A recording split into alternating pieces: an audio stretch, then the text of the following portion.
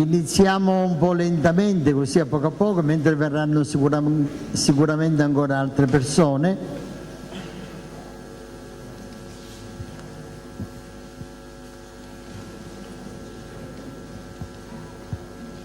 C'è un vostro concittadino ragusano, bravissimo giovane, che vuole dire due parolette così di introduzione, poi io dirò qualche parola sul professore e quindi diamo poi la parola al professore Latouche. Il mio ringraziamento, lo devo dire subito, per il professore che, essendo venuto per una conferenza all'interno della scuola sociopolitica di Noto, poi io così ho voluto osare, perché voleva anche un po' riposarsi, ho voluto osare e invitarlo qui a Ragusa per parlare a tutti voi. Lo vedo questo incontro come un dare degli apporti, delle riflessioni a tutta questa nuova realtà che in Sicilia si sta sempre più così accentuando, quelli che sono i movimenti di base, i gruppi di base che vorrebbero cambiare la nostra situazione della Sicilia. Quindi sono degli input che questo illustre professore potrebbe dare per il vostro cammino, che così come avviene qui a Ragusa sta avvenendo in tante città della nostra Sicilia.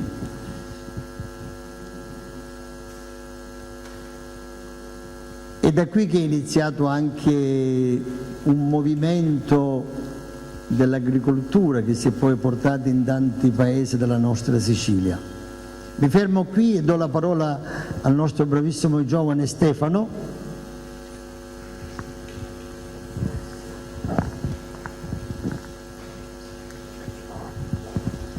Grazie mille, ringrazio l'Associazione Territorio che mi ha invitato ad aprire questo intervento, avere l'onore di introdurre il professor Latouche e padre di Rosa, Vincenzo Firrincelli, che l'hanno reso possibile organizzando.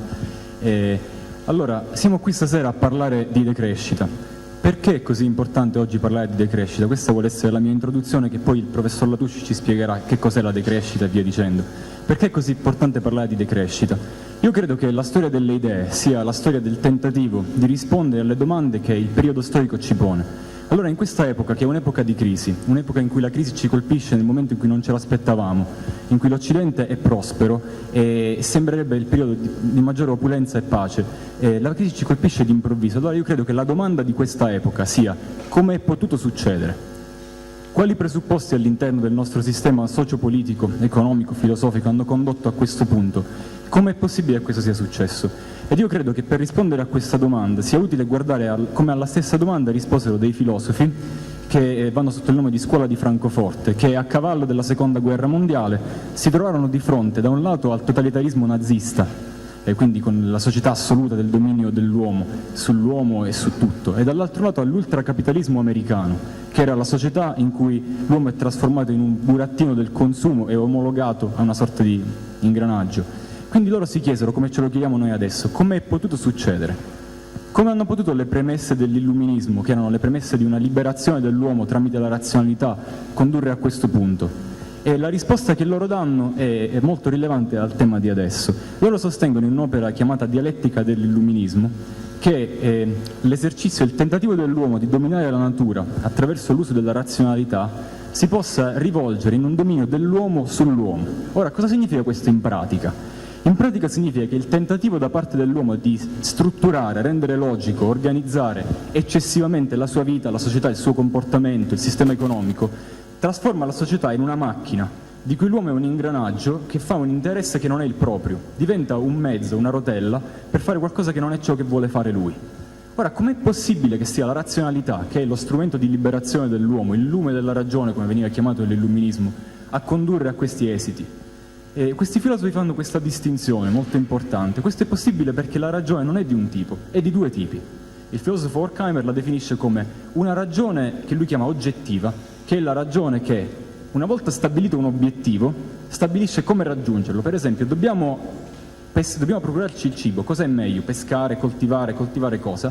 Dando per scontato però l'obiettivo. L'obiettivo è procurarci il cibo. Un'altra ragione, che lui chiama ragione soggettiva, è e noi potremmo chiamare ragionevolezza, come anche la chiama il professor Latouche, è quella che invece riflette sugli obiettivi. Ora, a quali obiettivi dobbiamo tendere? La ragione diventa negativa quando c'è un predominio della ragione oggettiva sulla ragione soggettiva, ovvero si persegue in maniera razionale un fine irrazionale. Un esempio di questo è il nazismo, in cui lo sterminio veniva praticato con metodi scientifici, era uno sterminio scientifico, fatto nel modo più razionale possibile, ma era un fine aberrante, disumano.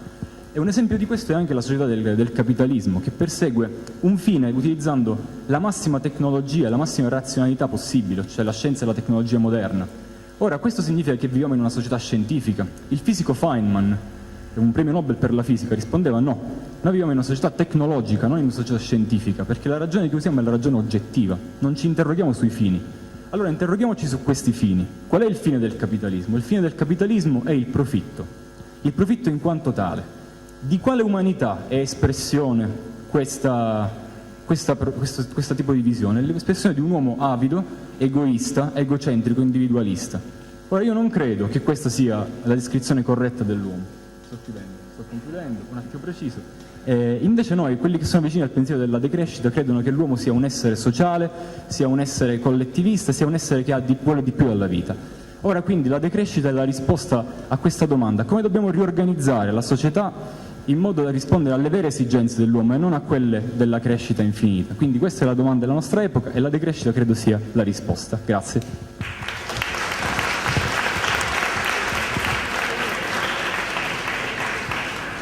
E il nostro professore, come sapete, è francese, economista e filosofo dilettante, lui si definisce, ma è un vero filosofo.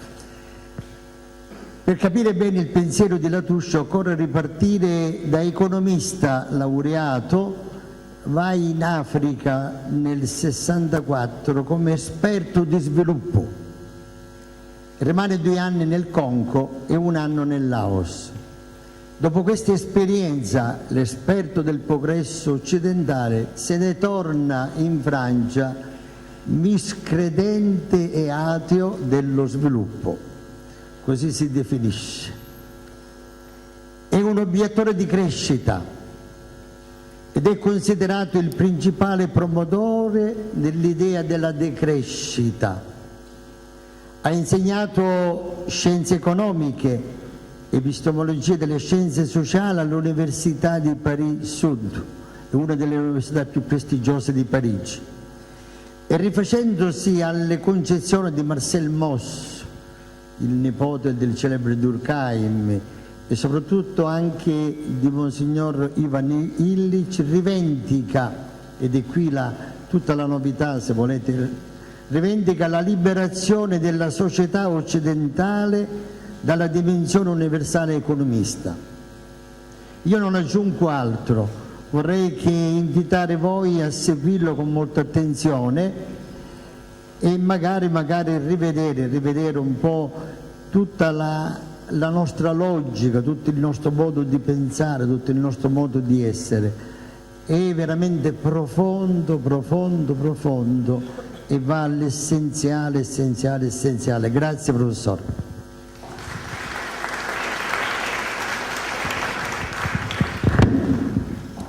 Buonasera a tutte e tutti.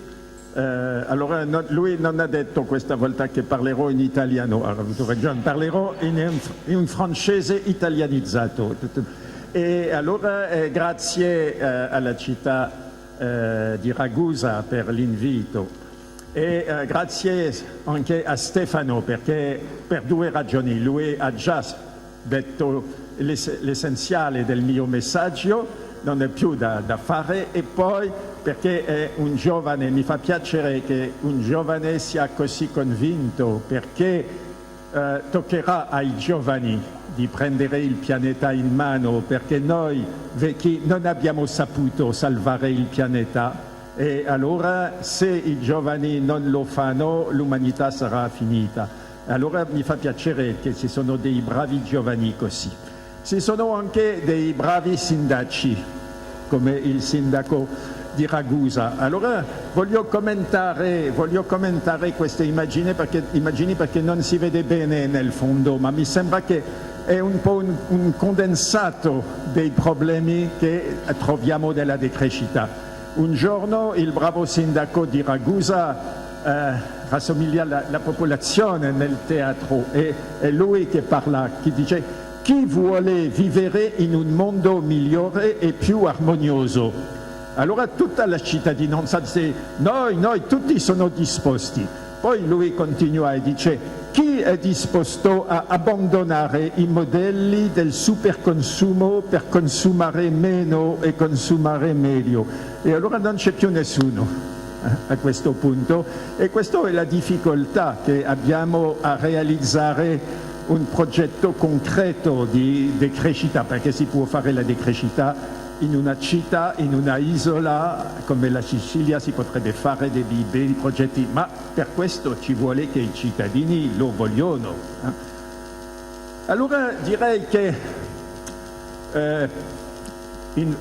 partirei dalla constatazione del più grande filosofo del nostro tempo, Woody Allen. Woody Allen, che tutti conoscono, ci dice che siamo arrivati all'incrocio di due strade, una porta alla scomparsa della specie umana, l'altra alla disperazione totale. E lui aggiunge: speriamo che l'uomo farà la buona scelta. E allora questo è totalmente è vero.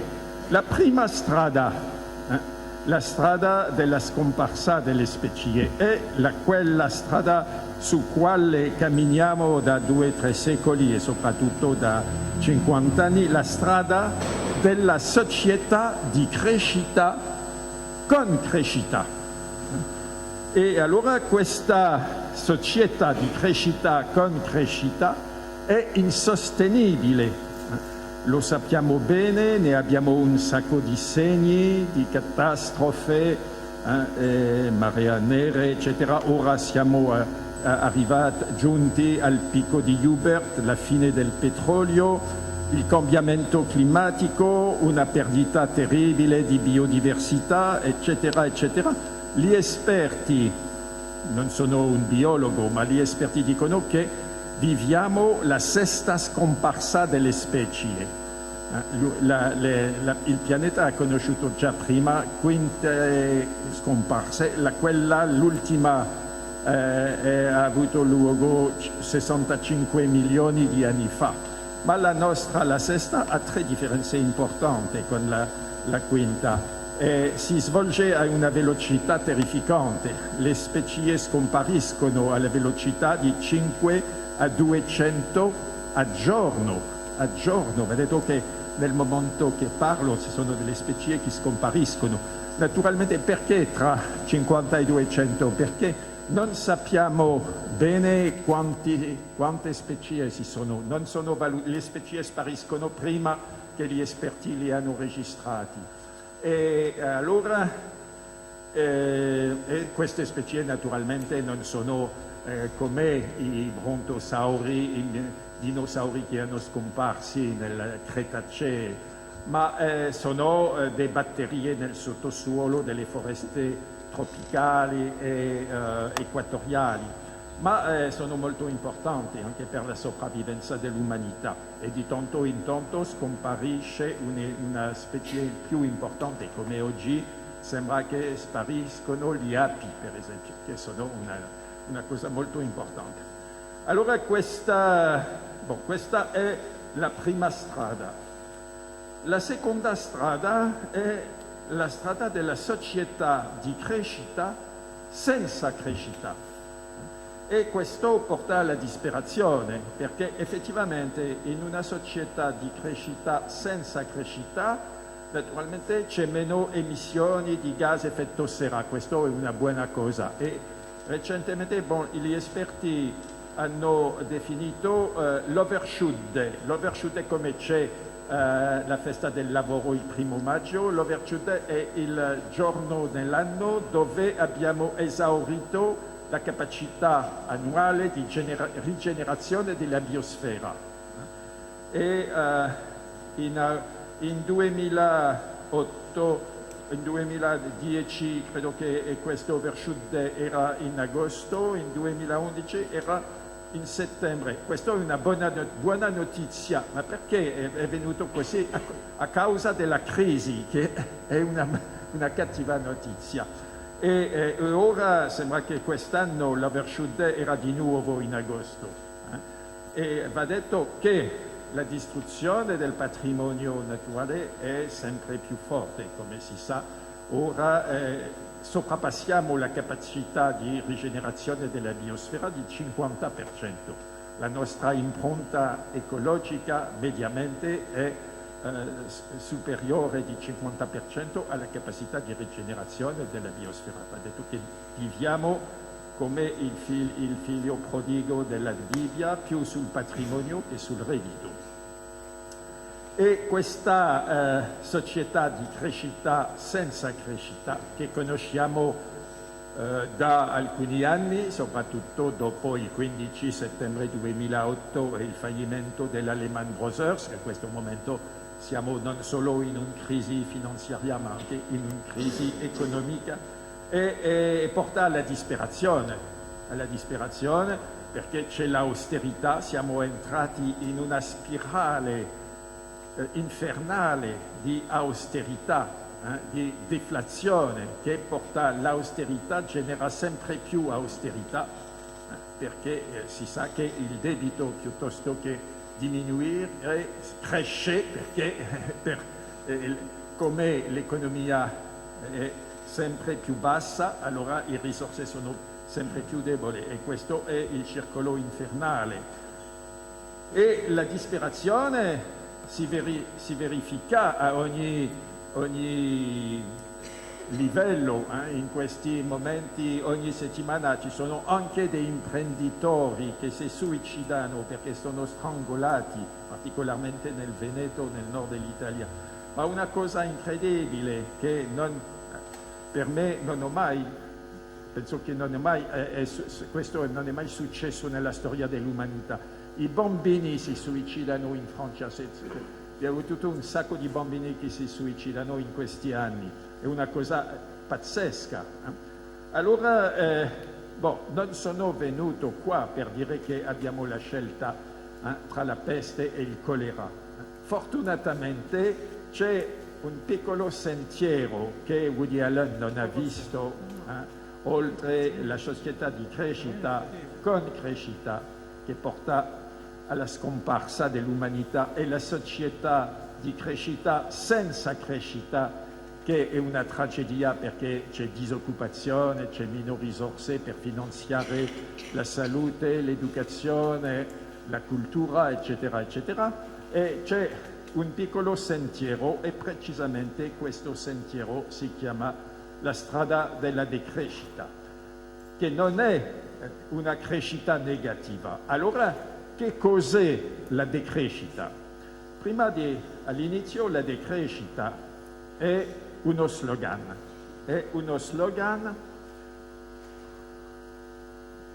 per significare la necessità di rompere con questo discorso sulla crescita, con la religione della crescita, con l'ideologia della crescita, e naturalmente non si tratta di far decrescere tutto.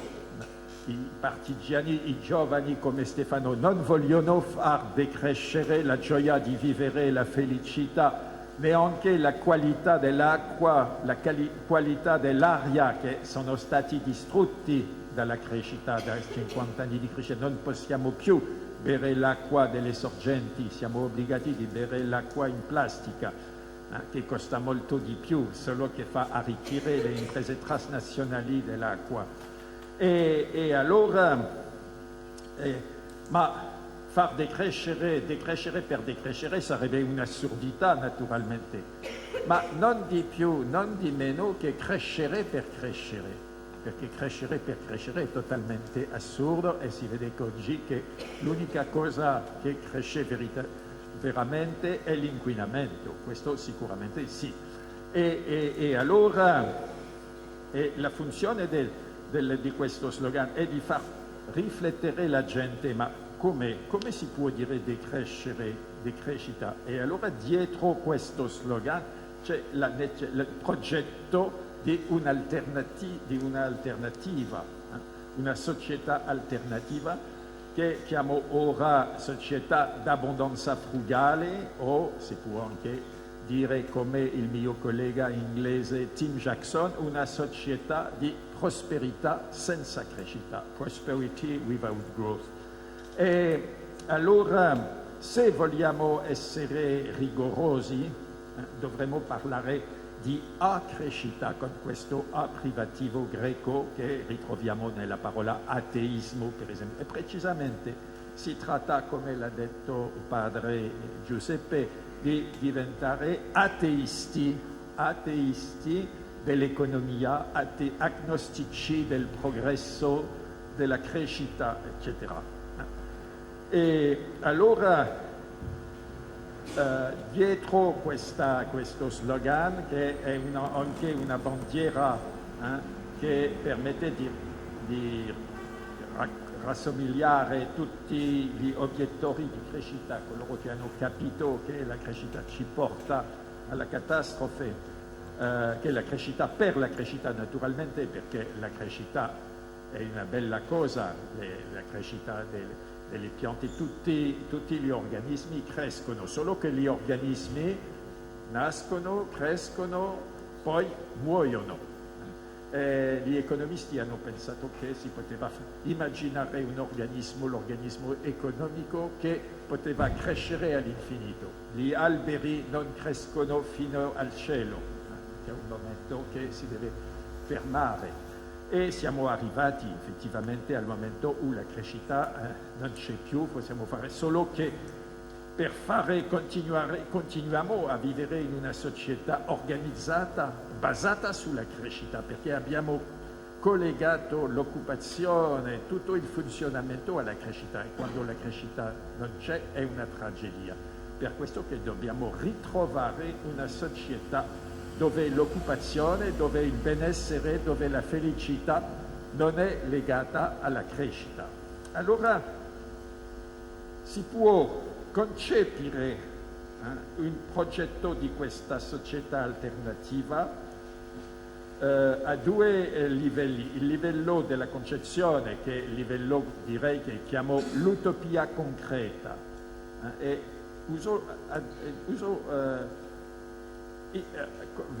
volontariamente questa parola utopia in un posto dove Campanella è nato, e dove c'è Campanella, la città del sole. L'utopia non è un mito, non è una cosa che non si può realizzare, è un orizzonte di senso per uscire dalla miseria del tempo presente e sognare a un progetto che può naturalmente, generalmente non si realizza totalmente, ma è possibile, come si diceva a Porto Alegre, un altro mondo è possibile se lo vogliamo.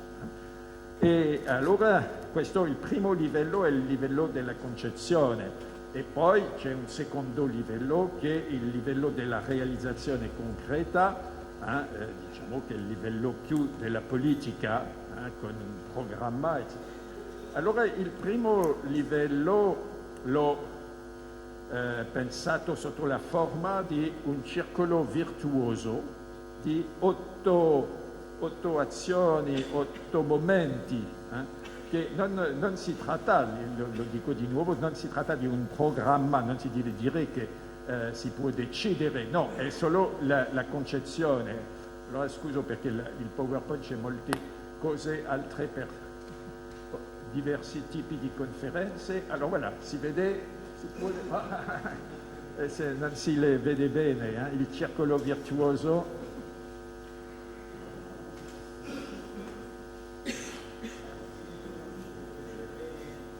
Un po' se no non si vede, sarebbe meglio. Ora non è fantastico, ma lo dirò, è solo il circolo virtuoso delle 8 R, perché tutti questi queste tappe cominciano da un R. Allora il primo R è rivalutare, si tratta di, alla base dell'alternativa, della concezione di un'alternativa, si tratta di cambiare i valori su quali nostra società, la società di crescita, è basata. Si tratta di una vera rivoluzione culturale, dico sempre la decolonizzazione dell'immaginario, perché il nostro immaginario è stata colonizzata dal consumismo, dall'economia. E allora i valori su quali funziona la nostra società, basta guardare le serie televisive per vedere che se guadagnare denaro a tutti i costi è sempre di più. E allora l'aggressività, come si insegna ancora, impara alla Bocconi per esempio ai giovani, greed is good, l'avidità è una buona cosa, si deve cercare di prendere il più possibile, schiacciando gli altri. Allora, e anche schiacciando e sfruttando, distruggendo la natura, le risorse naturali, il mondo, eccetera.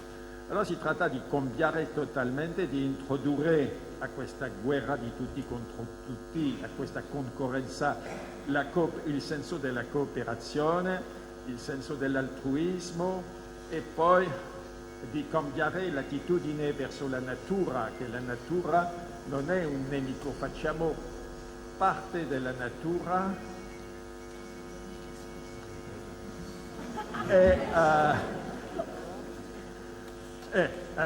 quando sei nella chiesa tu chiedi ai tuoi clienti di spegnere il cellulare, allora qua siamo in una chiesa laica, devi spegnere questo maledetto cellulare. E allora devo dire che il miglior modo per spegnere il cellulare è di non avere un cellulare. E allora questo fa parte anche della rivoluzione culturale, fare a meno del cellulare, della televisione, che è lo strumento più forte della colonizzazione dell'immaginario, veicolo di una pubblicità sfrenata. E adottare un'attitudine verso la natura non di predatore ma di buon giardiniere, perché facciamo parte della natura. Se distruggiamo la natura, distruggiamo anche la nostra specie, e questo oggi si verifica sempre di più. Poi il secondo passo, riconcettualizzare. Se cambiamo i nostri valori, questo ci porta a cambiare anche i concetti con quali apprendiamo la realtà, particolarmente i concetti di ricchezza, di povertà. Dobbiamo pensare che la ricchezza non è soltanto la ricchezza finanziaria, ma c'è tutte altre ricchezze da scoprire, la ricchezza delle relazioni sociali, che la povertà non è la miseria, c'è una povertà dignitosa, una forma di autolimitazione, di frugalità. E anche dobbiamo rivisitare questo concetto alla base della costruzione economica, la scarsità. La natura non è avara come dicono gli economisti, la natura è gli uomini che trasformano la natura per renderla scarsa, per la privatizzazione dei beni comuni, che ha cominciato in Inghilterra nel XVI secolo con la privatizzazione dei comuni, e che continua oggi con la privazione del vivo. Il brevettaggio del vivo, gli organismi geneticamente modificati. Che cos'è sono questi OGM? Sono l'appropriazione da parte da Monsanto, da Novartis, da queste imprese transnazionali, di un dono della natura che è la fecondità delle specie. e queste imprese transnazionali si impossessano di questa proprietà alla fecondità per commercializzare, mercificare e vendere ai poveri contadini dell'Africa dei semi di grano turco geneticamente modificato. E allora, se cambiamo i valori e i concetti, abbiamo cambiato il software, o come dicevano i vecchi marxisti, la superstruttura, ma si capisce che il cambiamento della superstruttura ci porta a cambiare l'infrastruttura, come se abbiamo cambiato il modo di nostri valori, la nostra visione del mondo, dobbiamo cambiare i rapporti di produzione, come l'ha detto Stefano, si deve uscire dal capitalismo perché la crescita o il capitalismo è la medesima cosa. Il vecchio Marx diceva accumulate, accumulate è la legge e i profeti, che l'accumulazione è il nome marxista della crescita. E allora, solo che nessuno sa come fare per uscire dal capitalismo, perché uscire dal capitalismo prima di tutto è far uscire il capitalismo dalla nostra testa, perché è il luogo dove è iscritto, soprattutto è la nostra. Siamo diventati tossicodipendenti di questa società dei consumi, e la società dei consumi è il nome attuale del capitalismo di oggi. E allora cambiare le strutture e anche riconvertire l'industria, produrre altre cose di un modo diverso, eccetera. Poi il quarto, questo c'è una piccola errore nel PowerPoint, il quarto è infatti ridistribuire. Se cambiamo i rapporti di produzione, immediatamente porta a cambiare i rapporti di distribuzione, i rapporti della ricchezza. Ora viviamo in una macchina infernale che concentra la ricchezza a un polo e naturalmente sviluppa la povertà a un altro polo. Negli ultimi anni, particolarmente nei 30 anni dopo il trentennio d'oro, quando con la controrivoluzione neoliberista che è stato deciso più o meno da Margaret Thatcher e Ronald Reagan, hanno liberato le forze infernali del capitale, della logica del capitale che si accumula sempre di più, con i fondi pensionisti che vogliono avere 15% all'anno di rendimento. Questo non è possibile, la natura non lo permette, solo che distruggono il tessuto sociale, generano una povertà sempre più forte, delle diseguaglianze dentro i paesi del nord, dentro i paesi del sud e tra il nord e il sud del mondo. Allora dobbiamo ridistribuire la ricchezza e anche di ridistribuire i diritti di prelevamento sulle risorse naturali. Basta pensare che noi occidentali, che rappresentiamo meno di 20% della popolazione mondiale, consumiamo più di 86% delle risorse naturali. C'è un'ingiustizia globale, senza parlare del debito ecologico che abbiamo verso i paesi del sud, enorme. E poi, se cambiamo tutti questo ci porta a rilocalizzare l'economia, e oggi è una cosa che diventa sempre più emergente, produrre e consumare localmente il più possibile. E per questo la parola d'ordine dell'Associazione dei consumatori italiani, consumare chilometro zero, è una buona parola d'ordine. Naturalmente non si può consumare chilometro zero, ma quando si vede vedere che il piccolo yogurt che mangio oggi a Noto viene da Bolzano, non è una necessità. Ho visto un sacco di mucche nella zona e ancora Bolzano è ancora in Italia, ma una volta, alcuni anni fa, sono venuto a Trojna e lo yogurt veniva dalla Slovenia.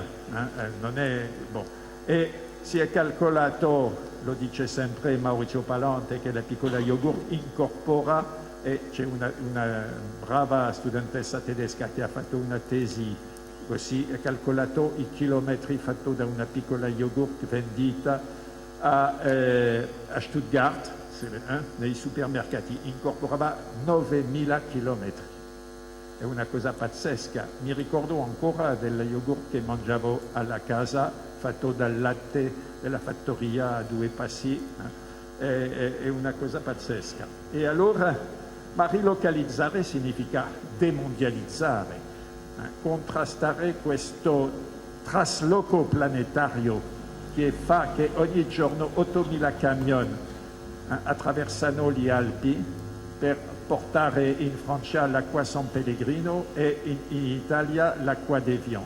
È una cosa ragionevole, è una stupidità. E come non basta, prevedono che fra alcuni anni ci sarà 16.000 camion e per questo si deve distruggere tutto il paese, fare la TAV nel Val di Susa, distruggere una zona che è già attraversata da 2 o 3 autostrade, una ferrovia, eccetera, che potrebbe essere migliorata.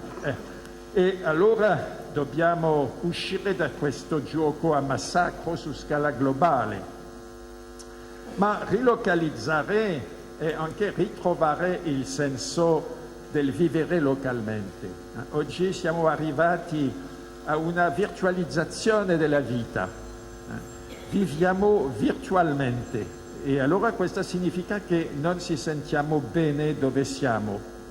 Questi giovani vogliono andare a vivere a Milano, ma quando sono a Milano vogliono tornare a casa, poi altri vogliono vivere nella montagna, quando sono in montagna vogliono andare al mare, quando sono al mare no, vogliono andare in Tunisia o in Africa o nel Pacifico, eccetera. Allora perché non ci sentiamo bene laddove siamo? Dobbiamo ritrovare il senso del luogo, e per questo ci deve, come dice l'amico Alberto Maniaghi nel suo bel libro Il progetto locale, riterritorializzare l'economia, la politica, la cultura, tutta la vita.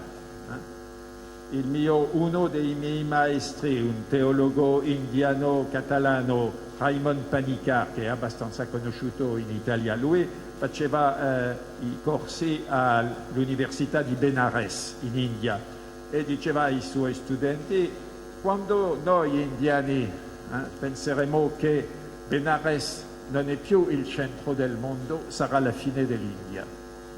Allora dobbiamo pensare, se siamo ragusani, che Ragusa è il centro del mondo, perché il centro del mondo è là dove viviamo. E allora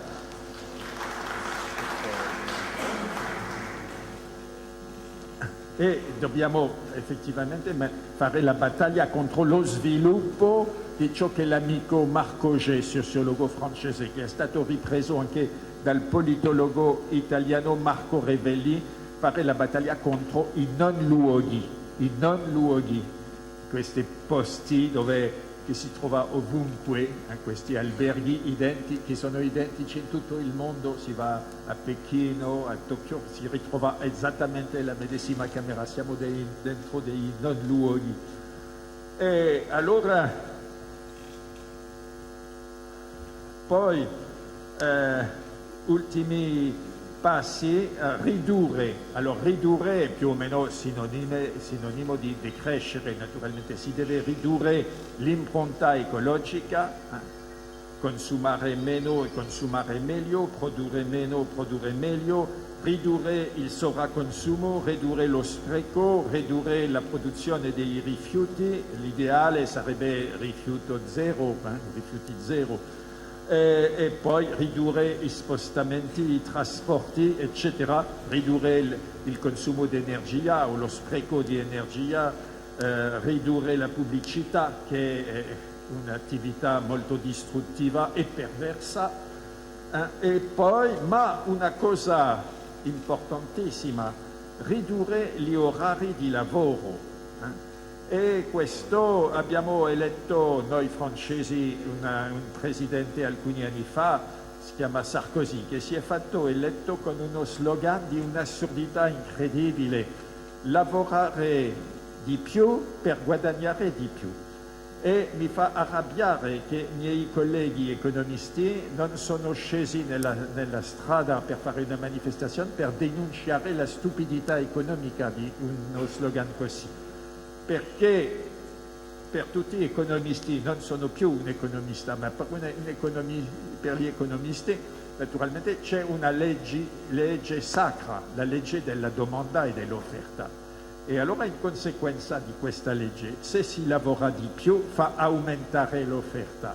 E come la domanda non aumenta, il risultato è che il prezzo del lavoro, perché per gli economisti il lavoro è una merce, non per me. Per me il lavoro fa parte dell'uomo, non è mercificabile, ma per gli economisti è una merce come gli altri. Il prezzo di questa merce, tra virgolette, che si chiama lavoro, crolla naturalmente e effettivamente si è verificato concretamente. Allora se si lavora di più si guadagna sempre di meno. Allora noi diciamo, potremmo dire, lavorare meno per guadagnare di più, questo è più simpatico, ma lavorare meno per lavorare tutti, perché siamo arrivati a questo punto di assurdità che abbiamo milioni di disoccupati e milioni di occupati che lavorano come pazzi 15 ore al giorno. Allora sarebbe meglio di distribuire, dare un po' di lavoro a tutti. E poi, soprattutto per noi, lavorare meno per vivere meglio. Lavorare meno per vivere meglio.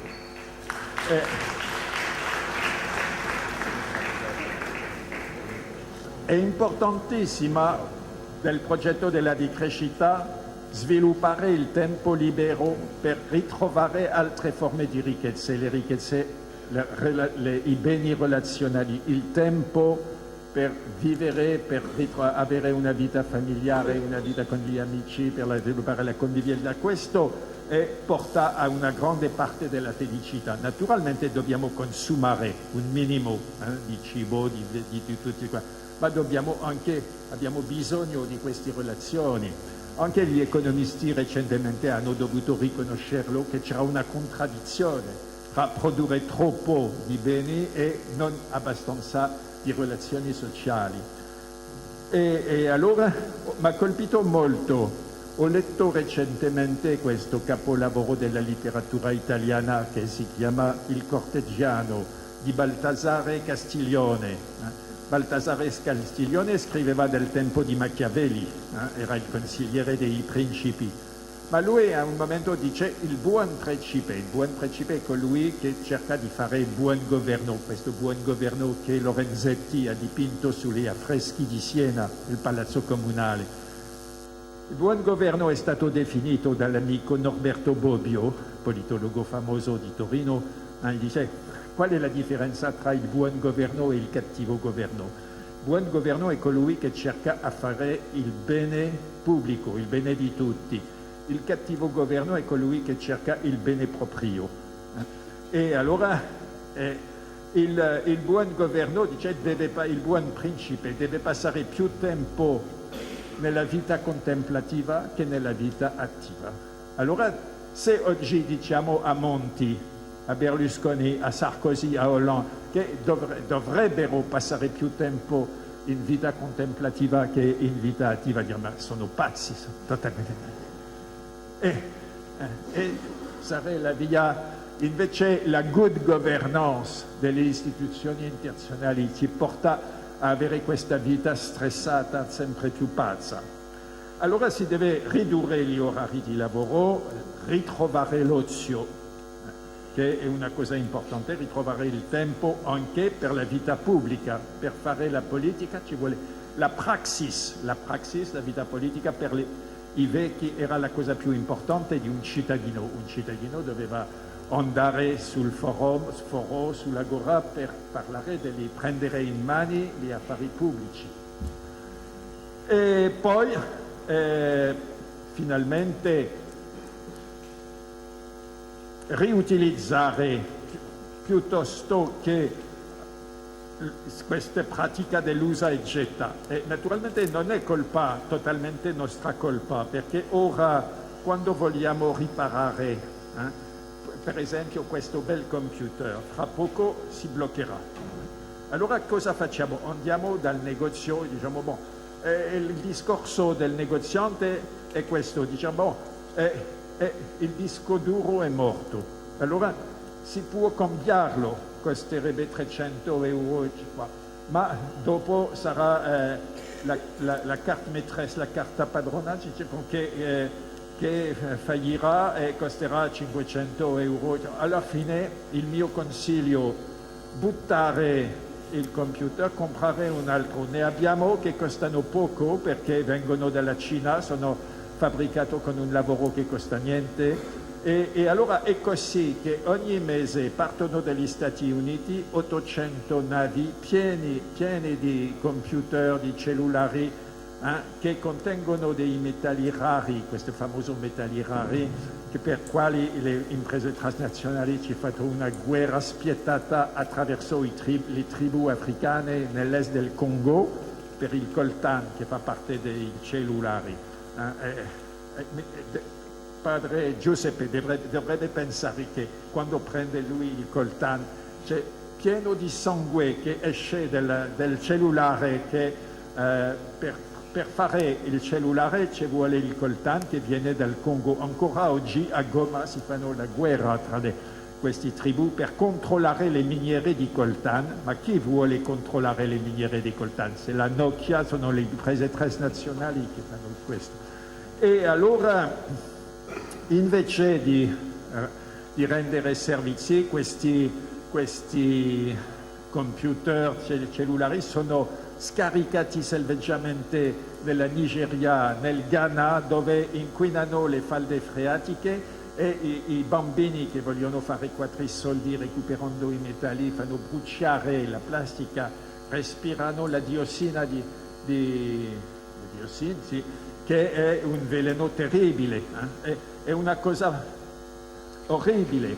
E allora questa è la conseguenza di un crimine, se non contro l'umanità, contro la natura, che si chiama l'obsolescenza programmata.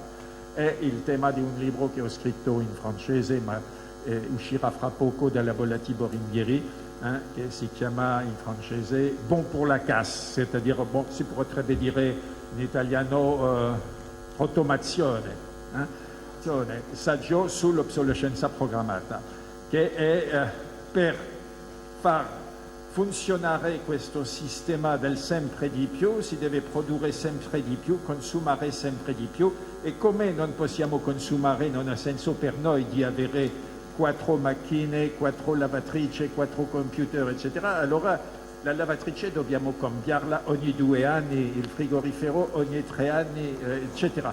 Si potrebbe fabbricare una lavatrice che durerebbe tutta la vita, ma questo non conviene al sistema del... E allora si dovrebbe imporre all'industria di produrre degli attrezzi reparabili e anche modificabili. Si può migliorare un computer aggiungendo dei periferici, senza buttare il computer per comprare un altro. Poi riparare e alla fine riciclare. E il riciclaggio è importante per rendere alla natura ciò che abbiamo preso da lei.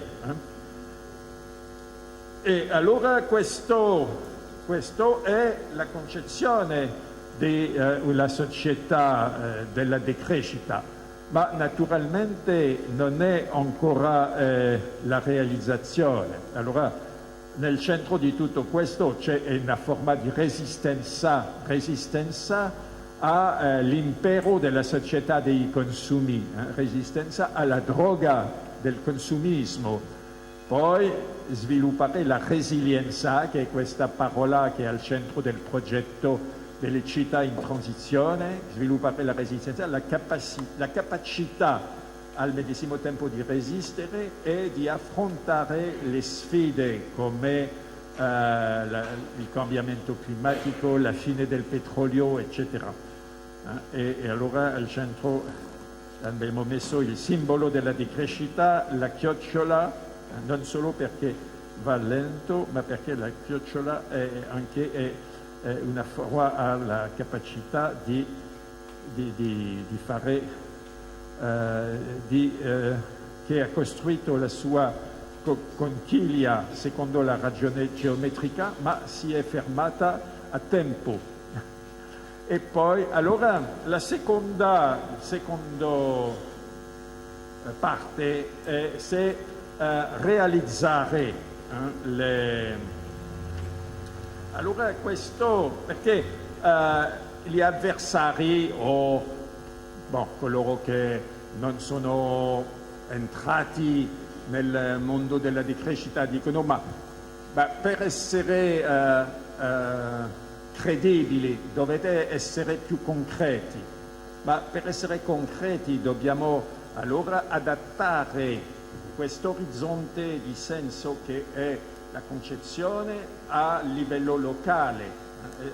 Si può essere concrete a livello di una città, di un quartiere, eccetera, a livello di un paese, a livello globale no, perché la decrescita non è un'alternativa, è una matrice di alternative. Non si farà una società di decrescita, tra virgolette, nel medesimo modo nel Texas e nel Chiapas, nel Portogallo e nel Senegal.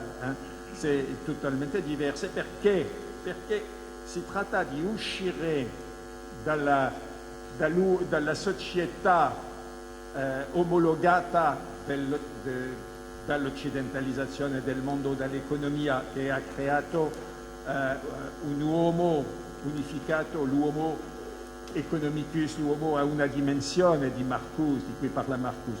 Una volta liberato da questo imperialismo dell'economia, si ritrova la diversità delle culture. C'è un'incredibile diversità nell'umanità, nella storia umana, e tocca a ogni cultura, ogni paese, ogni regione di fare il suo progetto per creare un futuro sostenibile.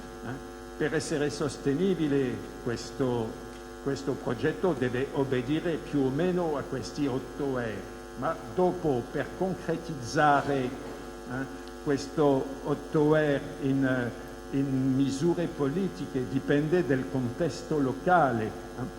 Allora, come mi hanno detto, si deve essere più concreto. Ho fatto un progetto politico, ma questo progetto per la Francia.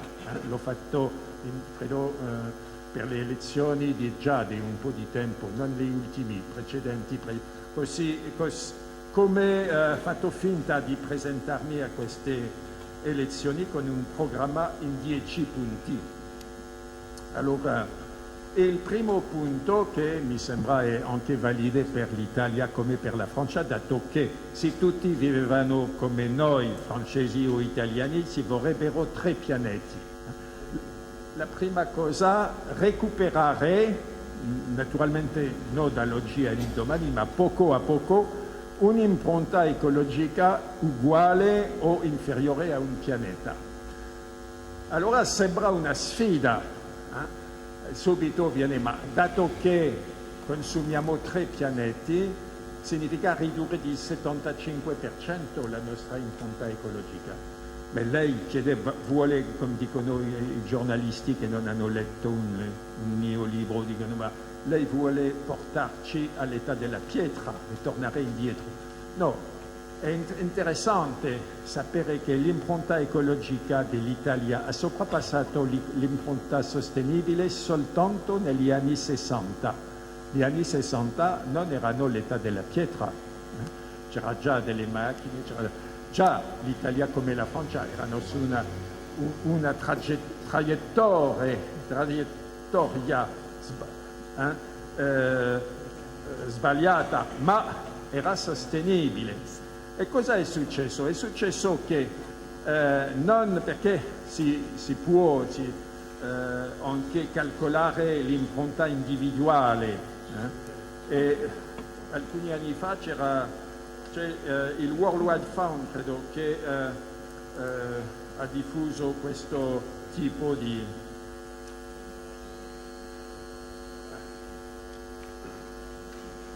per esempio, allora alcuni anni fa ho trovato questo a un social forum, hanno diffuso questa carta: calcolate la vostra impronta ecologica. Allora l'ho moltiplicato, l'ho dato, a questo momento ero ancora in attività ai miei studenti, anche ai miei figli, eccetera. Poi un giorno ho cercato anche io di farlo, e poi subito, ma al momento mi è venuto qualche dubbio, ma come sapevo che avevamo sovrapassato l'impronta sostenibile negli anni 60? Ma io consumo 3 volte più carne che negli anni 60, consumo 3 volte più acqua, elettricità, vestiti, no, più o meno consumo uguale. Allora cosa è successo? È successo che ciò che consumo oggi non ha più niente a che vedere con ciò che consumavo 30 anni fa. La carne 30 anni fa era fatta da una mucca che mangiava l'erba del prato, ora mangia la soia che viene dal Brasile. Cosa fa? Si brucia la foresta amazzonica per fare la soia, si trasporta la soia su 10.000 chilometri, se la mescola con le farine animali e rendono le nostre mucche pazze. E tutto è sconvolto. Allora non è nostro consumo sì, sicuramente mangiamo troppo carne, troppo grasso, troppo zucchero, e per questo i nostri bambini sono obesi. Sono obesi non solo perché mangiano troppo, perché mangiano male, mangiano della merda, mangiano delle cose che sono fatte nella grande distribuzione, dell'agrobusiness, eccetera, e più dei prodotti naturali che non hanno mai reso la gente obese. E allora il risultato è il sistema che ha un'impronta ecologica che è cresciuto molto, e con la globalizzazione, con questi 8.000 camion che ogni giorno vanno dalla Francia all'Italia, la medesima cosa con la Spagna, eccetera, i prodotti incorporano hanno un'impronta ecologica che è diventata pazzesca. E allora ridurre l'impronta ecologica così, e per questo rilocalizzare permette di ridurre molto l'impronta ecologica. Poi integrare nei costi di trasporto con le opportune ecotasse i danni provocati da questa attività. Allora questo farebbe anche urlare, perché c'è tutto un lobby dei camionisti, eccetera. È difficile, non dico che si fa facilmente, ma i trasporti sono responsabili delle emissioni di gas effetto serra più o meno per 30%. Allora se facciamo pagare ai trasporti il prezzo giusto, tra virgolette, perché il prezzo del petrolio non è giusto, il petrolio non è rinnovabile, eccetera, non ci sarà più, oggi si urla perché la benzina è troppo caro, ma dovrebbe essere molto più caro. Poi il prezzo delle infrastrutture che sono sopportati dai cittadini, ma non dai camionisti, eccetera. Allora il prezzo giusto dovrebbe essere un prezzo 10-20 volte di più. E a questo prezzo naturalmente cambierebbe molte cose, perché anche spontaneamente gli imprenditori cercherebbero di rilocalizzare le attività per evitare questi costi di trasporto. E questo è importante.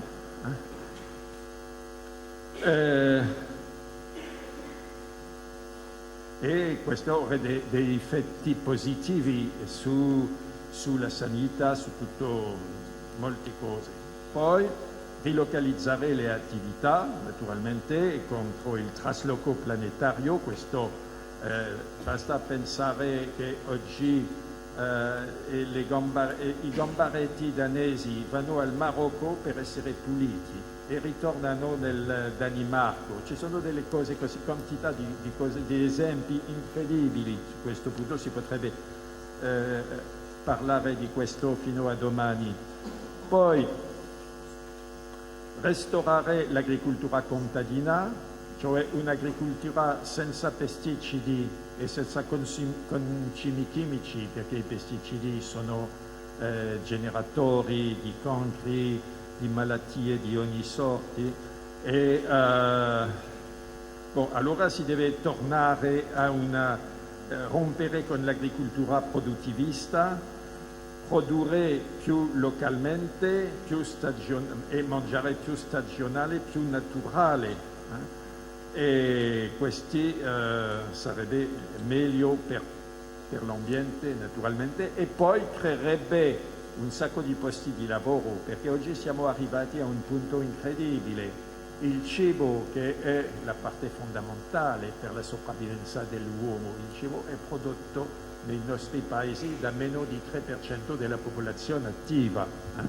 Allora non si tratta di tornare a una struttura del Medioevo dove 80% della popolazione lavorava nell'agricoltura, ma sarebbe ragionevole che 10-15% della popolazione lavora nell'agricoltura.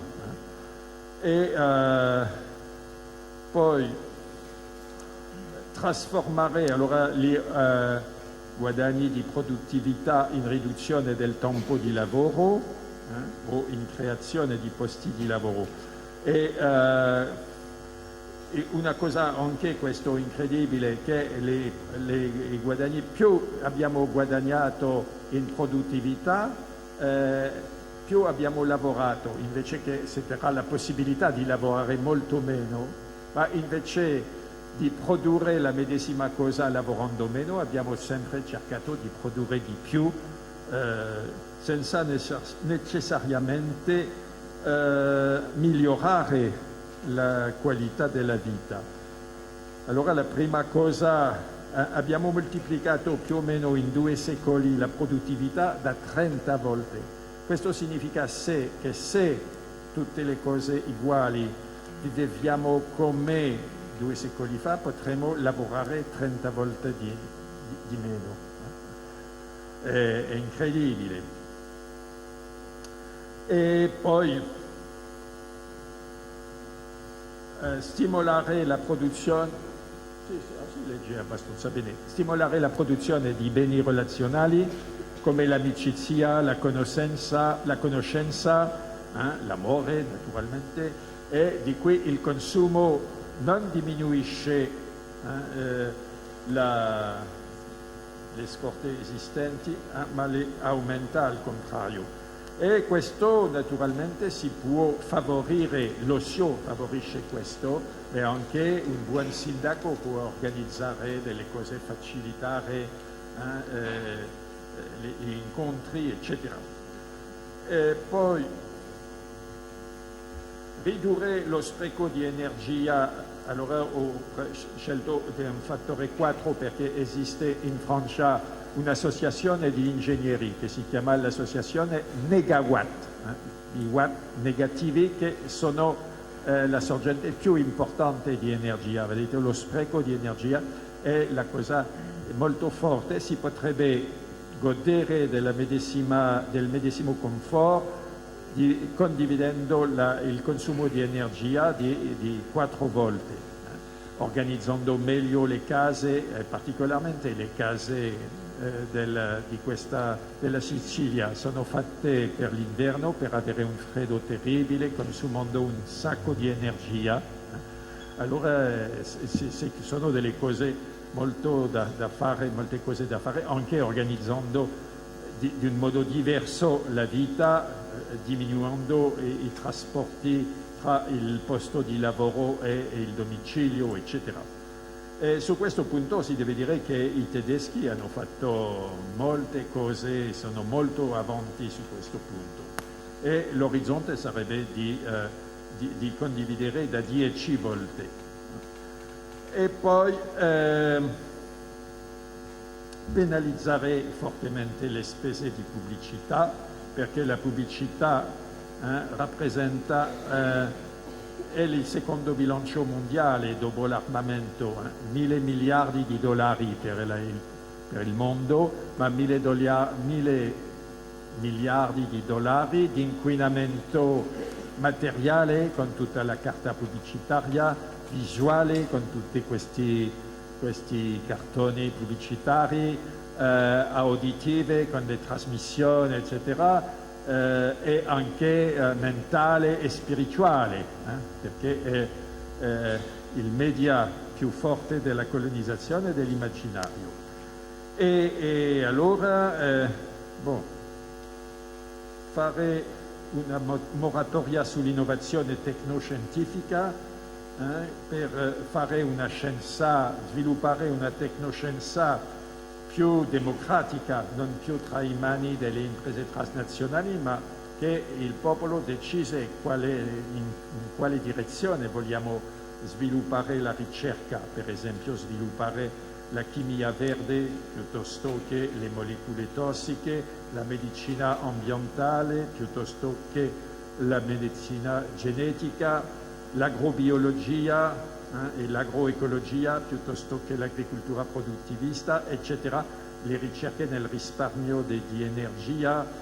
C'è tutto un sacco di cose che si potrebbe cambiare. E finalmente riappropriarsi della moneta, perché con questa crisi finanziaria vediamo che se la moneta è, come lo diceva Aristotele, un bene comune, non dobbiamo lasciarla tra le mani dei banchieri.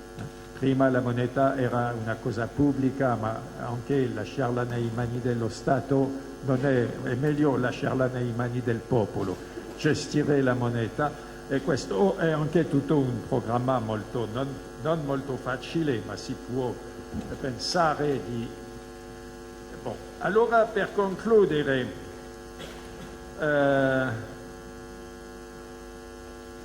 vorrei per concludere dire due cose.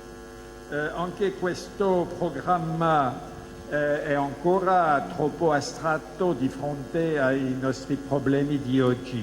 Sono stato recentemente invitato a Bruxelles dai deputati verdi greci che mi hanno chiesto: ma voi partigiani della decrescita cosa potrebbe dire per risolvere i problemi della Grecia?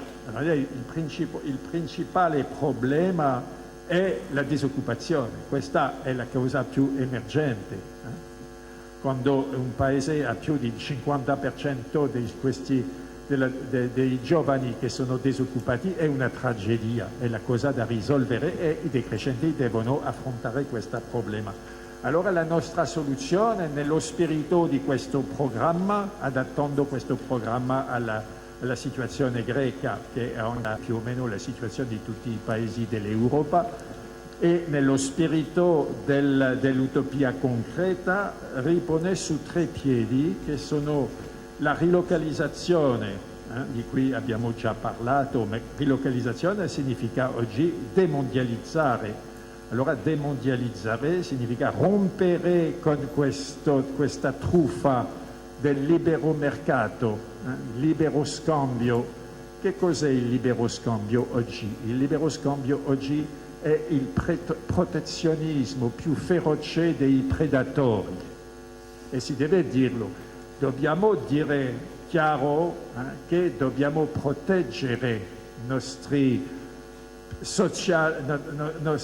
modello sociale, e perché la cosiddetta concorrenza leale non falsata di Bruxelles è una truffa totale, perché se è libera la concorrenza è sempre falsata, perché abbiamo delle leggi sociali diverse, delle leggi fiscali sociali tra l'Irlanda, che non ha la fiscalità, e noi che abbiamo delle tasse abbastanza forti, eccetera.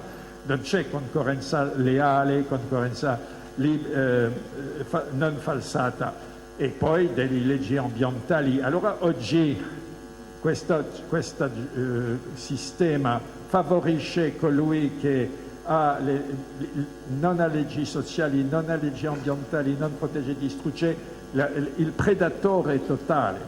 Poi ridurre gli orari di lavoro, per lavorare meno, per lavorare tutti, e anche fare un grande programma di riconversione ecologica sul piano energetico, sull'agricoltura, su anche tutte le industrie, sull'industria dell'automobile. C'è 50 anni che sappiamo che l'industria automobile non ha futuro, perché non ci sarà più petrolio, non ci sarà più possibilità, e si doveva pensare. Oggi rimpiangono perché non c'è più, c'è una diminuzione della domanda di macchine, ma questo era previsto da più di 40 anni. Allora, che sia la Fiat, che la Renault, che la Peugeot in Francia, che chiedono dei crediti pubblici, eccetera, ma dovevano pensarci molto prima e riconvertire per fare dei mezzi più di trasporti pubblici, sviluppare anche delle altre attività, o come lo dice bene Maurizio Palante, fare degli attrezzi di cogenerazione che utilizzano più o meno la medicina tecnica, eccetera.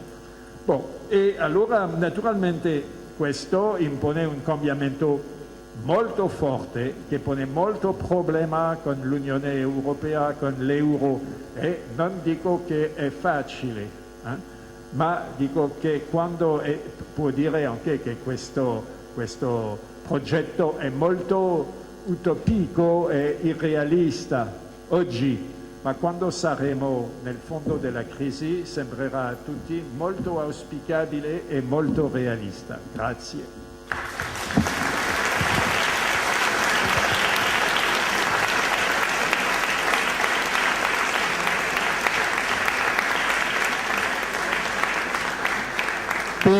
Per approfondire queste tematiche, questo progetto, questa proposta, vi ricordo così i libri ultimi, a partire dal 92, L'occidentalizzazione del mondo,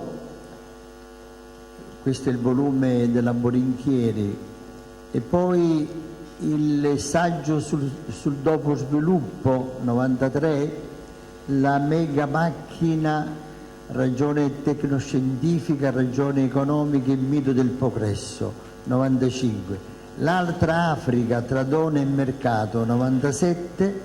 La sfida di Minerva, razionalità occidentale e regione mediterranea, ci siamo noi qua. 2000. Giustizia senza limiti, la sfida dell'etica in un'economia globalizzata, 2003. Come sopravvivere allo sviluppo, dalla decolonizzazione dell'immaginario, ne ha parlato, economico, alla costruzione di una società alternativa. Lui è chiaro qua, società alternativa, 2005. Breve trattato sulla decrescita serena, la chiama così lui, e poi Sortileggi, racconti africani con un nostro conterraneo siciliano, Enzo Barnabà, 2008. Poi l'invenzione dell'economia, 2010. Come si esce dalla società dei consumi, corsi e percorsi della decrescita, 2011. Poi per un'abbondanza frugale, lui la chiama abbondanza frugale, malintese e controversie sulla decrescita. L'ultimo libro è questo, uscito in Italia settembre 2012, ed è Limite. C'è una bella frase alla fine del libro, così c'è scritto: darsi dei limiti è il gesto che distingue la civiltà dalla barbarie. Darsi dei limiti è il gesto che distingue la civiltà dalla barbarie. Se volete fare un po' di domande, così 3-4 domande, e poi dopo diamo la possibilità. Io vi devo dire una cosetta, lo devo ringraziare doppiamente al professore, e in questo caso ormai ci conosciamo, sono un po' geloso questa volta. Ha fatto una lezione più completa e più bella di quella che ha fatto a Noto. Grazie, grazie professore, veramente, grazie, grazie.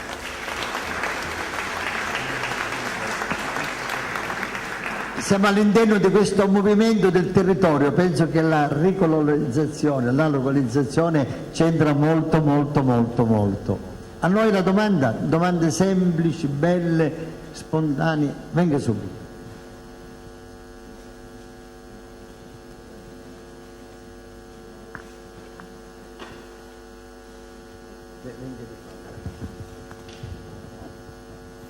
Grazie, cercherò di sintetizzare i 1000 spunti che ci ha dato professore, grazie per questa lezione. Voglio riprendere alcune idee che mi sono sembrate chiave nel suo discorso. La protezione della natura, se ho capito bene, l'essere buoni giardinieri, la rilocalizzazione, quindi un'importanza forte al territorio, e se non, insieme a tutto il buon vivere, il buon governo. Se non credo di non sbagliarmi, se mi sembra di poter inserire queste idee in un quadro più generale, potremmo sintetizzare con una parola forse che è bellezza, un orizzonte di senso che dia alla bellezza un valore molto profondo. E mi chiedo se questi valori siano conciliabili con chiamiamola rivoluzione, chiamiamola parabola culturale che questo nostro territorio purtroppo di recente ha vissuto e forse ancora sta vivendo. Le faccio 2 esempi che a me sembrano emblematici. A pochi metri da questa bella chiesa, questo bell'auditorium, sulla strada che porta da Piazza Pola a Piazza Duomo, sulla sinistra c'era una volta un laboratorio che usavano gli studenti universitari, quindi un luogo destinato alla formazione dei giovani non solo del territorio ma anche di altre terre. E adesso, se ha modo di passeggiare, vedrà un negozio di abbigliamento e di accessori di lusso che ha un mercato molto stretto, una fetta di consumatori molto di nicchia, che forse non corrisponde appieno alle esigenze del territorio, che sono ben altre. Questo è un piccolo esempio emblematico di forse dove stiamo andando, per non dire che potrei citarne molti altri, come approfitto del concetto di limite, porre un limite anche all'urbanizzazione. Non so se questo può dare alcune parole su questo.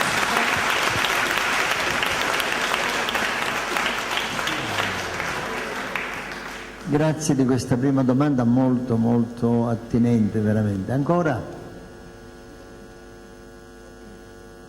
Si accomodi, sì, grazie.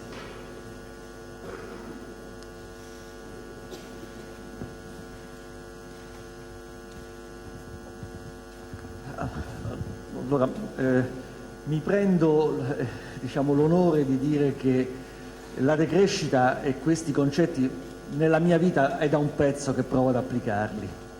In realtà però mi guardo intorno e vedo un pianeta che non ce la può fare, e nel discorso decrescita, che è un discorso che è un invito personale a ognuno di noi a cambiare le nostre abitudini,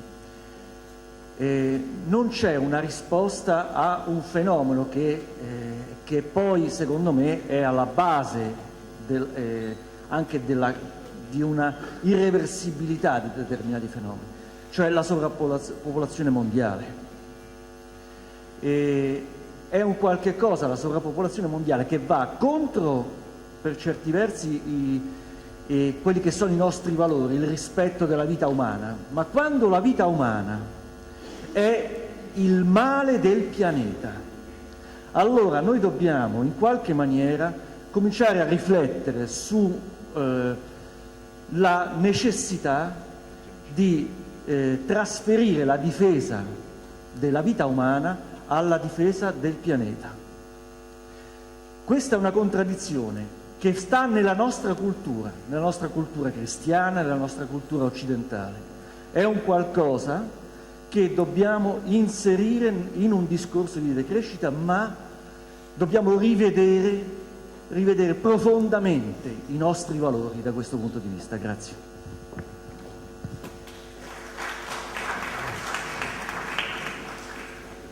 Sì. Buonasera, sono Antonino Duchi, tra l'altro sono il presidente di Lega Ambiente Ragusa. Vorrei fare 2 brevi riflessioni e poi anche una domanda. Tempo fa, circa 10 anni fa, intanto sul discorso degli slogan, dice la decrescita è anche un po' uno slogan, ma attenzione agli slogan. Io tempo fa, circa 10 anni fa, ho partecipato alle manifestazioni a Genova nel 2001 contro il G8 con lo slogan un altro mondo è possibile, e ho rischiato anche qualche manganellata, forse la mia altezza, che non è all'altezza di manganello, ha impedito che io venissi manganellato. Però ultimamente io ho visto per esempio una pubblicità qua a Ragusa in cui Un altro mondo è possibile è utilizzato per pubblicizzare un prodotto, mi pare fosse del cioccolato. Quindi bisogna stare molto attenti agli slogan e alla capacità anche del capitalismo nell'uso degli slogan. La seconda riflessione è un po' un attestato di solidarietà. Lei ha parlato di economia, di umanizzazione dell'economia fondamentalmente, e ha parlato del fatto che spesso quando lei parla di certe cose gli viene detto che lei vuole bloccare lo sviluppo, vuole far ritornare la società all'età della pietra. Devo dire che nella mia esperienza, diciamo, quotidiana, anche locale, questa è una cosa che, diciamo, questa è una solidarietà che ho rispetto a lei, che mi è capitata molte volte. Cioè nel momento in cui per esempio abbiamo cercato di difendere il paesaggio agrario contro la speculazione edilizia, ci è stato detto che volevamo bloccare lo sviluppo. Quando noi ci siamo opposti a megaporti turistici dicendo che il mare si può godere anche senza cementificarlo, siamo stati accusati di essere contro lo sviluppo, e potrei continuare ancora. E la cosa grave è che spesso chi ci ha accusati di questo diciamo, è andato avanti, ha fatto anche carriera. Per esempio chi è stato politico ha fatto anche carriera. Ecco, come si può intervenire su questo? Cioè cercare di far capire realmente che non si può legare sviluppo, no? Sviluppo sostenibile, cioè che ci può essere un altro tipo di sviluppo. Infine una domanda sul discorso della territorializzazione, cioè come si può fare evitare che questo discorso della territorializzazione porti però, diciamo, ad aspetti tipo localistico, razzistico. Noi l'abbiamo visto in Italia per esempio con la Lega, no? I leghisti dicono che il loro territorio è il centro del mondo, che loro difendono il leghista difende il suo territorio contro chi lo vuole attaccare. Allora come evitare che questo, cioè il richiamo al territorio, sia semplicemente anche questo uno slogan per poi magari difendere interessi che poi vanno contro il territorio stesso? Grazie.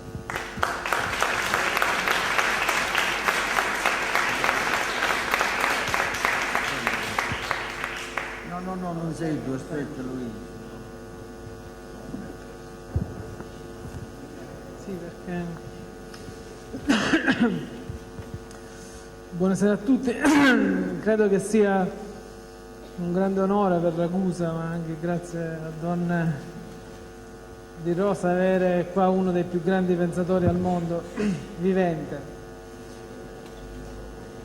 Ho avuto la fortuna di leggerlo qualche libro di quella lista, forse tutti, però mi ha portato a dire ciò che è realmente applicabile da questo sogno, perché si parte dal sogno, si parte dal dire c'è una possibilità di pensare in modo alternativo, anche se la crisi di oggi rende sempre più realistico quello che il professore disse 20 anni fa in tempi non sospetti. Nell'insieme di queste cose, sarò breve, me lo sono portato in giro per il mondo pensando se era applicabile, dove, come e perché, o se fosse una forte provocazione che portasse almeno a fare qualcosa, non completamente. Mi sono convinto che, se lo diciamo ai nostri genitori perché ce li ha ancora, o agli uomini più anziani, che per chi la crescita l'ha vissuta in una forma esponenziale non è facile forse poter applicare un ritorno al limite. Io dico che bisogna provarci, e io non sono nessuno. Però, e qua è la domanda e la micro provocazione che faccio al professore, bisogna provarci nel mondo che ha avuto uno sviluppo, nell'Occidente, che è fatto, se ci va bene, da 1 miliardo di persone. America, Europa, 800 milioni, 300 più 500, 800, circa 1 miliardo su 7. Bisogna provarci, perché poi in questi luoghi, come ha detto come ha detto lui, che è un grande, il mondo è evoluto il 20% da un punto di vista numerico, l'80% e sono coloro che hanno generato sia la globalizzazione, sia le multinazionali, sia lo strapotere che poi va a incidere sul resto del mondo. Per chiudere, la domanda è: io vivo e sto sviluppando dei progetti in Africa, Benin in modo particolare, ma abbiamo avuto progetti in mezzo mondo per la difesa dei prodotti tradizionali, abbiamo il Corfrac che fa ricerca senza essere multinazionale ma a servizio del popolo. Allora io mi dico, in questi posti dove siamo 0-100 anni senza crescita, senza condizioni di vita, luce, acqua e tutto il resto, ovviamente è difficile parlare di decrescita là, bisogna guardare verso la crescita e porsi un limite, ma il dramma che vivo in questi luoghi è che c'è una ricerca spasimante, c'è una ricerca spasmodica verso il copiare quello che noi siamo. Allora io dico, se noi riuscissimo, magari perdiamo col mondo già sviluppato, ma se riuscissimo a evitare che si facciano gli errori che abbiamo fatto noi sull'80% della popolazione, forse lo metteranno tra i santi a lei cari.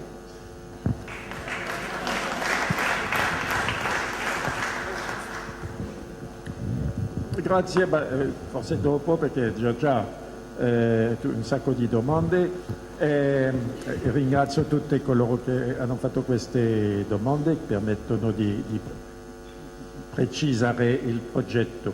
Allora direi prima al padre Giuseppe che se la relazione a Noto non era così forte, forse è perché ero intimidato dalla presenza del vescovo.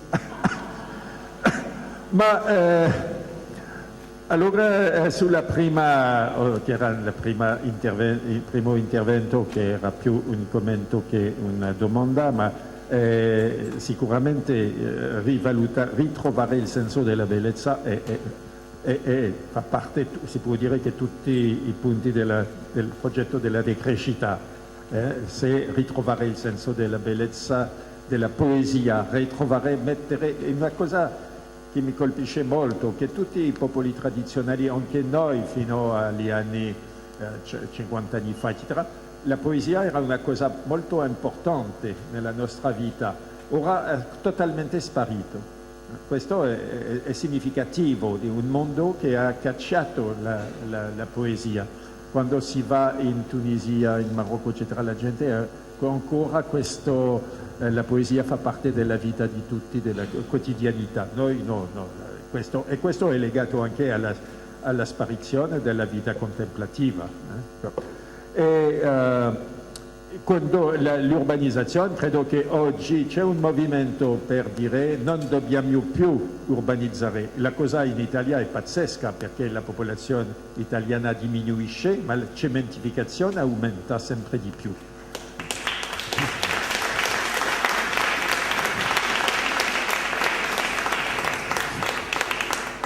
In questo momento, in questi giorni, abbiamo in Francia una battaglia molto dura contro un progetto stupido, un progetto di aeroporto sopradimensionato e inutile, che costa molto, si chiama Notre-Dame-des-Landes, nella zona, nel mio paese, la Bretagna, nel sud della Bretagna, e una delle ragioni che contro questo progetto che diciamo che questo progetto va per distruggere tutta una zona agricola e che oggi si sa che fra alcuni anni hanno parlato della sovrappopolazione, ma si sa che alcuni anni ci saranno dei problemi gravi di carestie, eccetera. Non dobbiamo più distruggere le zone, soprattutto le zone con dei terreni fertili, le zone agricole forti.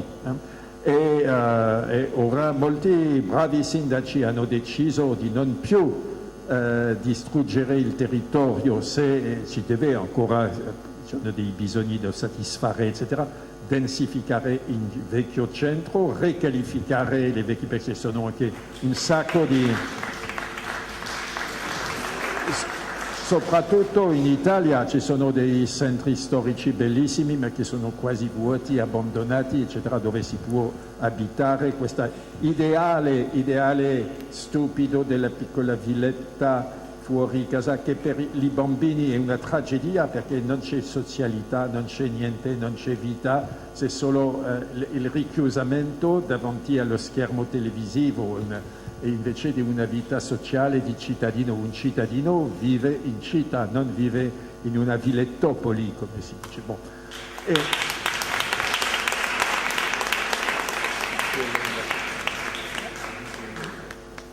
Poi Allora, sulla popolazione è un argomento che non toccò spontaneamente nelle conferenze perché si sa che questo fa il problema dei limiti della nascita, eccetera, che tocca delle credenze religiose sia nei paesi cristiani che musulmani, eccetera.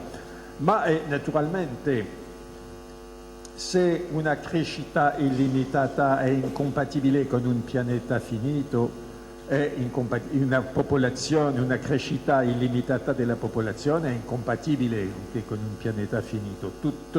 Tutti i precursori della decrescita, sia Illich, Gors, Castoriadis, René Dumont, tutti l'hanno scritto e detto. Ma il problema centrale della critica alla società della crescita non è la crescita della popolazione. Basta pensare che se tutti vivevano come i cittadini del Burkina Faso, è stato calcolato che il pianeta potrebbe sopportare 23 miliardi.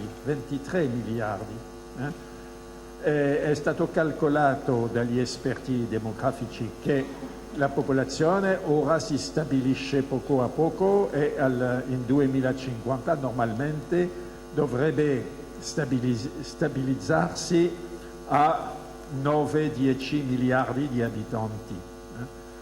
Se già tutti vivevano come gli australiani, saremmo sovrappopolati sicuramente perché il pianeta non può sopportare più di 500 milioni di australiani, uguale per gli americani. Va detto che dovremmo già uccidere 9 su 10 persone. Allora si vede che tra 23 miliardi e 500 milioni c'è una grande margine. Non dico che naturalmente se tutti volevano fare sci, avere un grande spazio sulle spiagge, eccetera, siamo già forse sovrappopolati. Ma per questo, per mangiare anche la FAO ha calcolato che con l'agricoltura, allora è sicuro, oggi siamo sicuri che con l'agricoltura produttivista non sarà possibile nutrire 10 miliardi di abitanti in 2050. Per quale ragione? Perché questa agricoltura produttivista è basata sul petrolio. I concimi chimici sono petrolio, i pesticidi sono petrolio, i trattori sono petrolio, il condizionamento del cibo frigorifero, eccetera, supermercati, tutto questo è basato sul petrolio. E in 2050 ora siamo sicuri che non ci sarà più un petrolio e soprattutto un petrolio a buon mercato per l'agricoltura produttivista. Poi questa agricoltura distrugge poco a poco il suolo, perché distrugge la vita del suolo. I pesticidi, il vero nome è biocidi, che distrugge la vita. Ma un suolo che non ha vita non è più produttivo. Per produrlo si deve mettere sempre più concimi, eccetera. È totalmente artificiale. Trasformiamo ogni anno 15 milioni di ettari in deserto. Allora siamo arrivati a compensare perché distruggiamo ogni anno 15 milioni di ettari di foresta tropicale e equatoriale, ma in 2050 non ci sarà più un albero da distruggere. Allora il mondo sarà sempre più un deserto.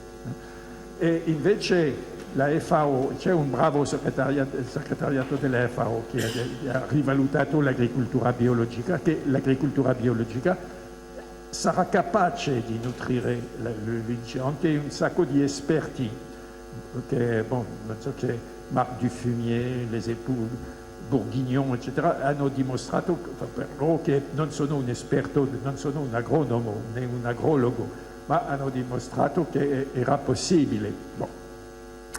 Allora, a questo punto, il problema è che probabilmente è auspicabile di seguire la strada italiana. una popolazione che diminuisce un po', e forse che il mondo sarebbe più piacevole con 3-4 miliardi piuttosto che con 15 miliardi.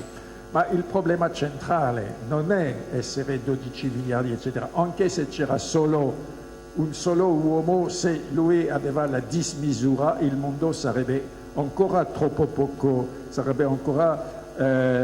troppo poco piccolo. Come diceva il più grande precursore della decrescita, il Mahatma Gandhi, diceva: il mondo è abbastanza grande per soddisfare i bisogni di tutti, ma sarà sempre troppo piccolo per soddisfare l'avidità di alcuni. E questa è la cosa più importante.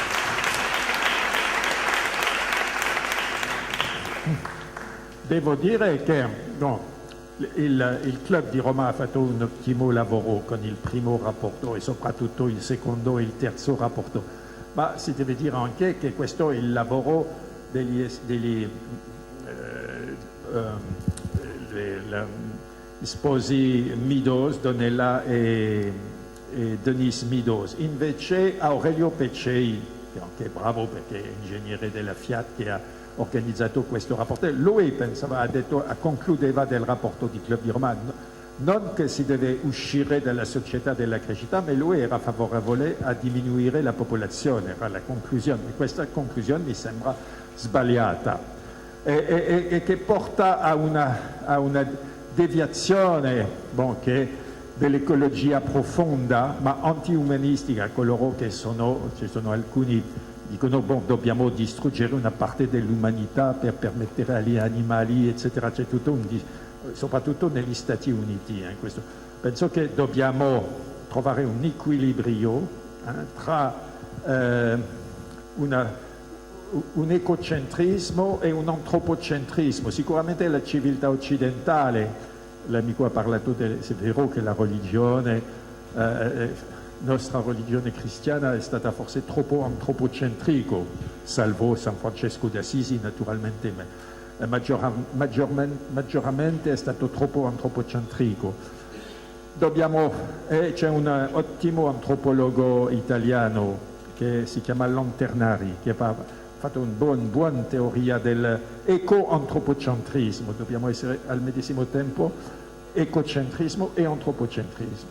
È la mia convinzione.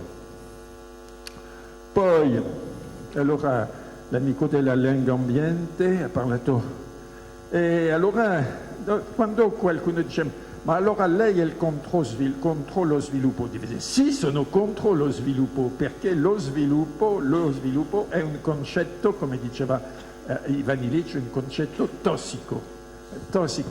Siamo per un futuro sostenibile, per una società sostenibile e conviviale, ma non perché lo sviluppo non è sostenibile, perché lo sviluppo è la trasformazione qualitativa della crescita e la base dello sviluppo è la crescita, che è la crescita come crescita illimitata, naturalmente è tossica. Allora no, vogliamo una società sostenibile, uscire dallo sviluppismo e dalla crescita. È interessante che il primo rapporto del Club di Roma, che in inglese si chiama Limits to Growth, in italiano è stato tradotto Limiti allo sviluppo. Hanno capito che crescita e sviluppo sono molto legati. E allora, quando si parla, naturalmente non si può mai impedire alcuni di strumentalizzare le parole, di strumentalizzare i progetti, di recuperare, di sviare, eccetera. E quando diciamo che vogliamo riterritorializzare uno sviluppo, ritrovare il senso del locale, effettivamente si sa che c'è un localismo di destra o di estrema destra, anche fascista, nazista, come voi volete. C'è anche alcuni dicono l'ecologia, è vero che il nazismo ha preso dei leggi ecologisti, alcune leggi ecologiche, non è perché il fatto che Hitler era favorevole, era vegetariano, era favorevole alle foreste, agli animali, ma non agli uomini. Allora non significa che qualcuno che è favorevole agli animali è vegetariano, è un nazista. No, allora per carità non si deve dire perché è favorevole a una rilocalizzazione, una vitalità che il nostro programma è identico a quello della Lega. Naturalmente vogliamo una rilocalizzazione ragionevole, ma ritrovare il senso di vivere locale, ma non per rinchiudersi nel un localismo accogliente, aperto, eccetera. Anche non siamo favorevoli per un'identità chiusa. Sappiamo bene, sono bretone, ma il fatto di essere bretone non mi impedisce di essere al medesimo tempo francese, europeo e anche cittadino del mondo. E l'identità è plurale, un'identità che sarebbe monolitica è totalmente perversa, è una catastrofe. E per questo che dico sempre che noi, perché l'universalismo è sempre stato occidentale, e allora preferisco la parola che ha usato mio amico Raymond Panicard, pluriversalismo, che siamo aperti a una diversità, che accogliamo la diversità, non vogliamo chiuderla su un mondo uniforme, come lui dice, uno Stato mondiale sarebbe una cosa orribile, perché l'umanità, la sua grandezza è dentro la diversità, siamo diversi, dobbiamo rispettare la diversità e arricchirsi reciprocamente delle nostre differenze, non cercare di omologare, uniformizzare. Precisamente questo è l'effetto perverso dell'imperialismo dell'economia. Poi, allora, ultima domanda, ritorno, i progetti in Africa. Sì, allora l'amico ha detto che lui aveva letto molti dei miei libri, ma probabilmente non ha letto quello per un'abbondanza frugale, dove c'è precisamente la risposta alla domanda come risolvere con la decrescita il problema della miseria nei paesi del sud, il problema i nuovi paesi industrializzati, la Cina, il Brasile, l'India, i PIGS, eccetera. Allora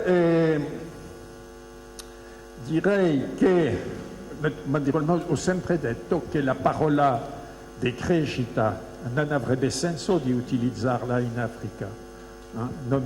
E recentemente abbiamo avuto un incontro a Bilbao, nel Paese Basco, con i rappresentanti dei movimenti indiani dell'Ecuador e della Bolivia.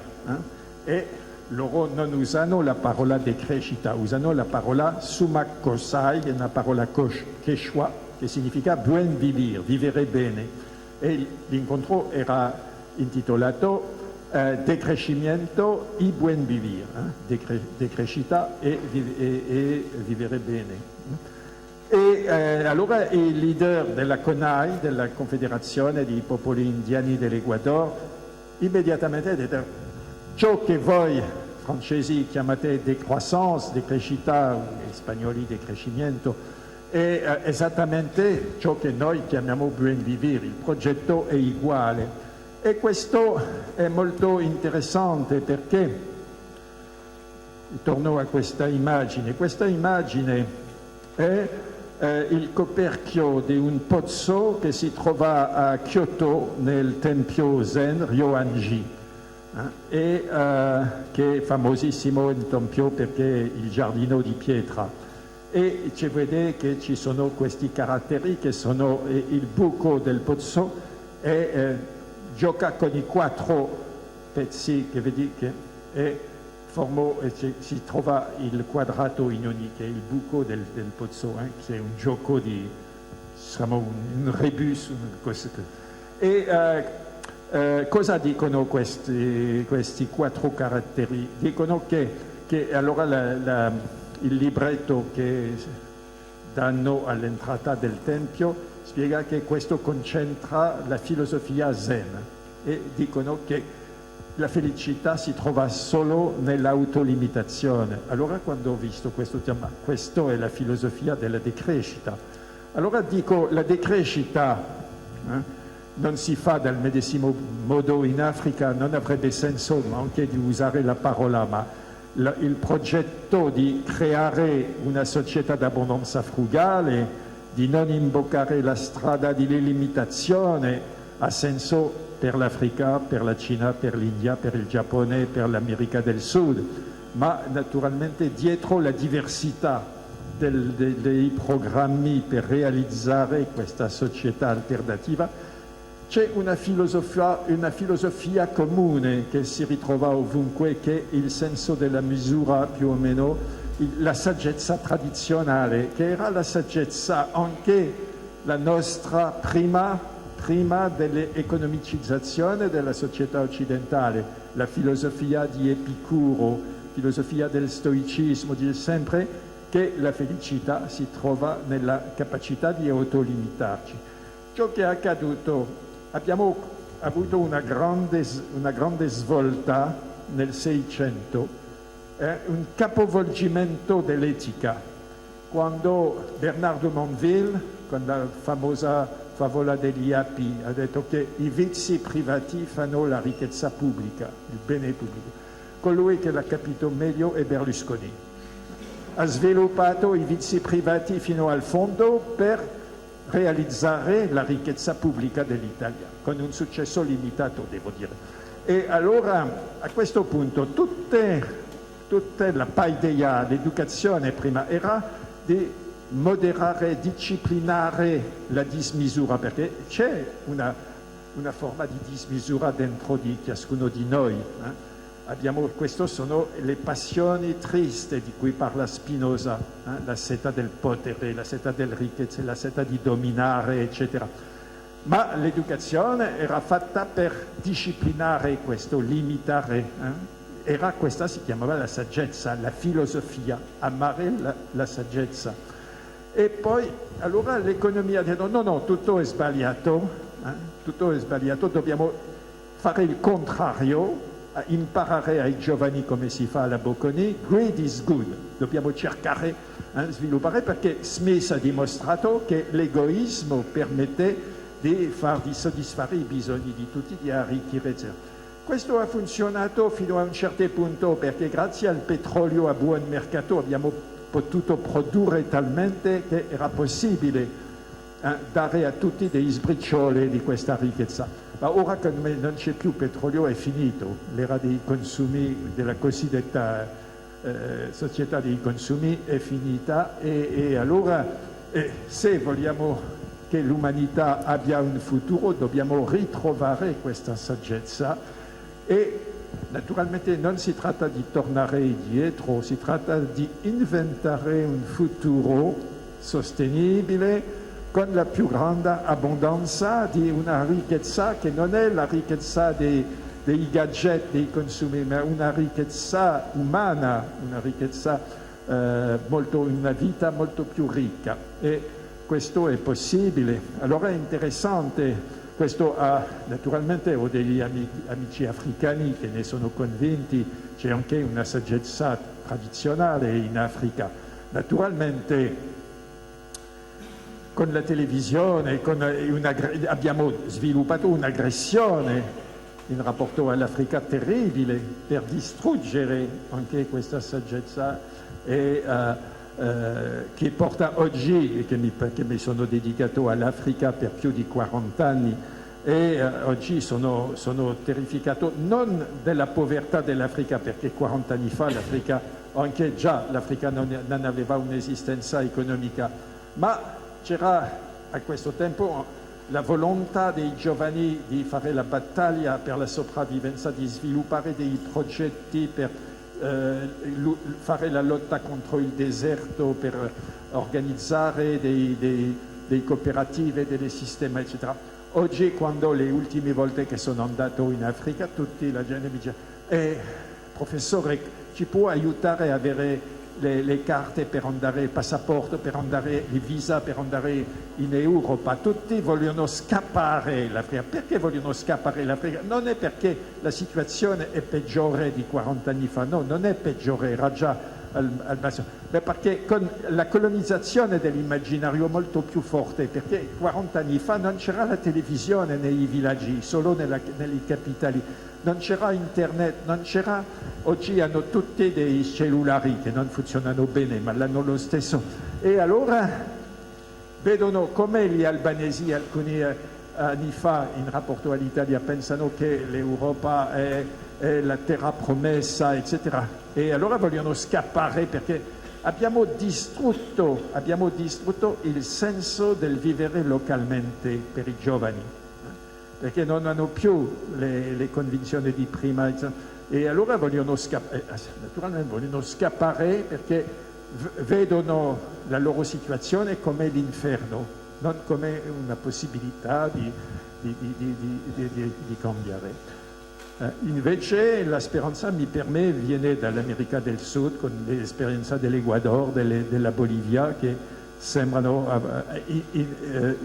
camminare su un'altra strada. Grazie.